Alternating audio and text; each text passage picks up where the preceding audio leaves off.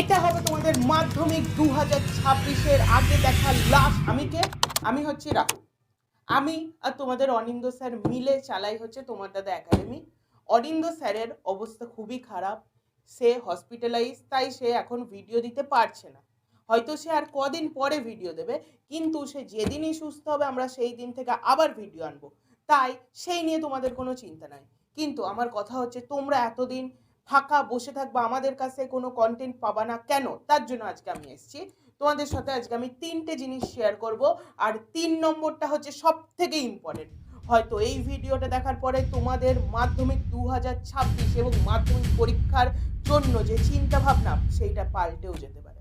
প্রথমেই বলে রাখি, তোমাদের যাই প্রবলেম হোক, পরীক্ষার দিন সকাল অবধি তোমাদের যেখানেই প্রবলেম হোক, তুমি হোয়াটসঅ্যাপ গ্রুপে জয়েন হও, দিয়ে মেসেজ করো, আমাকে মেসেজ করো। আমি নিজে যতটা পারবো ততটা বলবো, এবং যেগুলো আমি পারবো না সেগুলো আমাদের যে চেনা ইংলিশ স্যার আছে তাদের সাথে আমি জিজ্ঞাসা করব, আর তাদের কাছ থেকে অ্যান্সারটা নিয়ে আমি তোমার অবধি অ্যান্সারটা ঠিক পৌঁছে দেবো। তাই যে পারবো না বা কে আমাকে এই কথাটা বলে দেবে, এই কথাটা ভাবা ছেড়ে দাও, গ্রুপে জয়েন হও, আমাকে মেসেজ করো। এবার আসি মেন 3টে কথা নিয়ে। প্রথমটা হচ্ছে টাইম, কিন্তু 3 নম্বরটা কিন্তু খুব ইম্পর্টেন্ট, 3 নম্বরটার জন্য থাকো। আচ্ছা, টাইম দেখো, তোমাদের হাতে আর খুবই সামান্য কিছু দিন টাইম।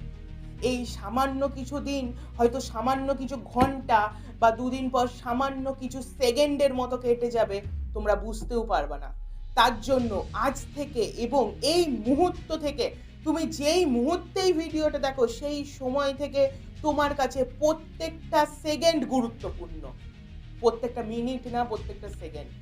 তোমাকে প্রত্যেকটা সেকেন্ড ভেবেচিন্তে স্টেপ নিতে হবে যে আমি যে কাজটা করছি এই কাজটা কি আমার মার্কস পাওয়ার জন্য ঠিক, না এই কাজটা আমাকে আমার মার্কস পাওয়ার থেকে দূরে সরাচ্ছে। আমাকে যদি এই কাজটা মার্কস পাওয়া থেকে দূরে সরায়, আমি কাজটা করব না। আমাকে যদি এই রিলসটা দেখে আমি 1 নাম্বার কম পাই, আমি রিলসটা দেখব না।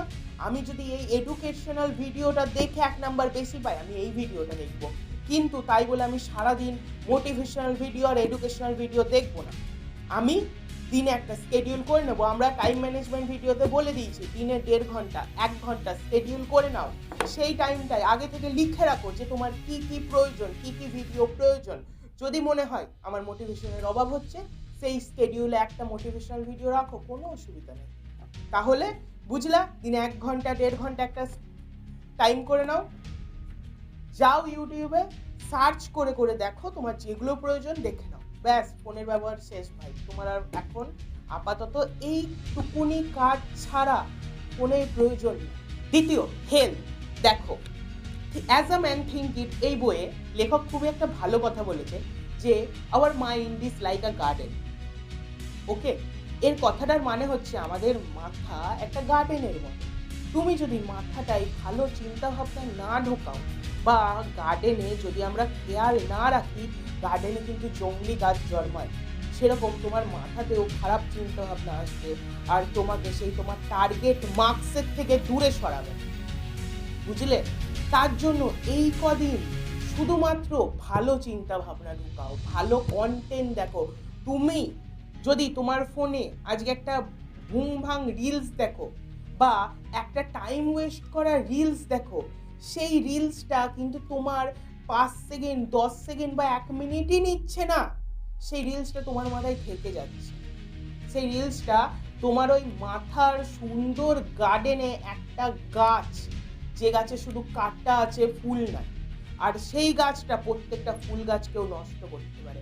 তার জন্য যা দেখবা, যা শুনবা, যা আলোচনা করবা, সবকিছু ভালো হওয়া উচিত। বেশ, এবার আমার কথা হচ্ছে গাট হেলথ। গাট হেলথ হয়তো তোমরা জানো না ব্যাপারটা কি। ব্যাপারটা হচ্ছে আমাদের পেট আর আমাদের মাথা কিন্তু একসাথে লিঙ্ক আছে। তোমার পেটে যদি কোনো প্রবলেম হয়, তোমার মাথায় প্রবলেম হবে। তার জন্য এখন কি না, ভালো খাবার খাও। বাড়িতে মা যেগুলো বানাচ্ছে সেগুলো খাও।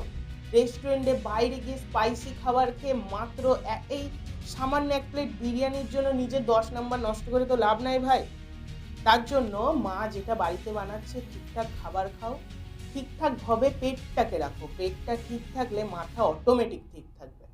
আমি বলছি না বড় বড় ডক্টর বলছে, বড় বড় রাইটার বলছে, আমি সেই বইগুলো পড়েছি, সেইখান থেকে কিছু নলেজ তোমাদের সাথে শেয়ার করছি। ঠিক আছে, এবার আসি 3 নম্বর টপিক, সব থেকে গুরুত্বপূর্ণ। এই টপিকটার আমি নাম দিয়েছি দ্য লাস্ট আওয়ার। আচ্ছা, এই কথাটার অর্থ কি?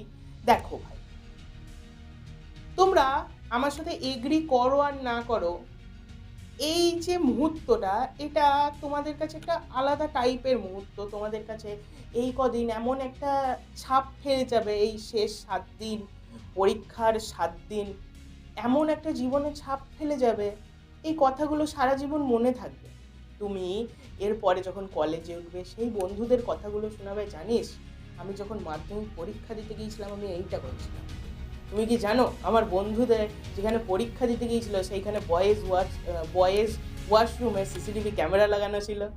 আচ্ছা, এই যে ক্ষুদ্র ক্ষুদ্র কথাগুলো না, এগুলো তোমাদের বলতেও ভাল লাগবে। তোমরা এই কথাগুলো সারা জীবন মনে রাখবা। হয়তো এরপরে কেউ আর্টস নেবা, কেউ সায়েন্স নেবা, দিয়ে কি হবে জানো, কিছু বন্ধুকে আর কোনোদিন খুঁজে পাবা না। যতই তুমি বেস্ট ফ্রেন্ড গ্রুপ বানাও, সেই গ্রুপ থেকে একটা টাইমের পরে হয়তো মেম্বার থাকবে, কিন্তু মেসেজ আসবে না। তার জন্য এই মুহূর্তগুলো শুধুমাত্র টেনশানে কাটিয়ে লাভ নাই। পড়াশোনা করো এবং মুহূর্তগুলো এনজয় করো।